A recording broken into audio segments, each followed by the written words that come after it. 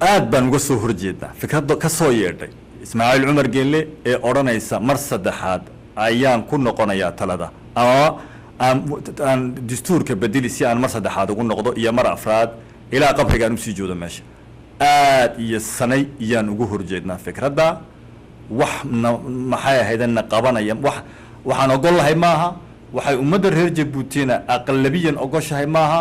waxaan leenahay arrintaa waa in laga noqdo